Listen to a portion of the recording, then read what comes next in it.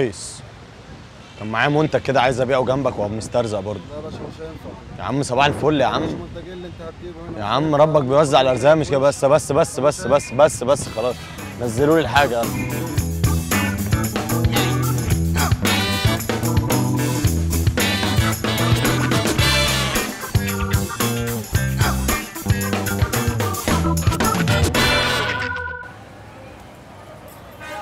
امورنا. انت بتاع اعلان بطه براس قطه.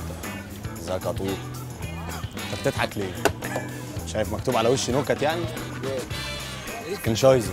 دي تول ده بتاع مين؟ سكنشايزر. يعني ايه ده؟ واحده بجنيه يا حاج. فيها نحله ببطه براس قطه والنحله ام بزوز. هو ده بقى فاهم سكنشايزر بطعم الشمام. وفي كمان بأطعمة تانية تفاح وعنب وبطه براس قطه. شايف البطه براس قطه عامله ازاي؟ بيجز معاك ومطاط وكل حاجه. عارف الليمون اللي بيلسع ده عارفه؟ ما هو انت بتجز كده دحلاب كده. عارف الدحلاب؟ دحلاب ايه بقى؟ بيمط كده زي الموتزاريلا. عارف الموتزاريلا؟ يعني شيشه دي؟ لا مش شيشه.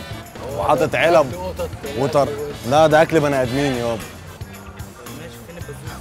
بزوز انت يا ابني. هو ده بتاع البزوز. بتاع النحلة؟ بتاع النحله. انت تصور مع النحله بزوز؟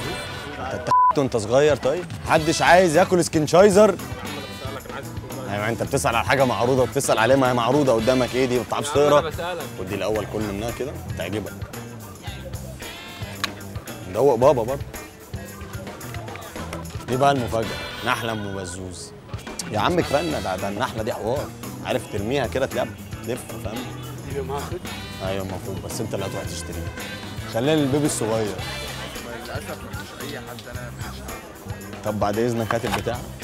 خلاص تنهي بقى طريقه الحوار بطريقه احسن من كده صح؟ يا عم اتكل على الله يلا. ما تشوحليش. اتكل على الله يا عم. انت اوعى يا عم. شوفها بس سيب. خلاص انت مش دفعت خلص. اتكل على الله. طب يلا خدها وامشي. لسه انا نوعنا معه. اوعى اتكل على الله بقى. انت بتزقي كده. يلا بقى اتكل على الله. جت كميله مليت البلد اشكال. بره فين؟ يلا بقى من هنا. اصلا كميله.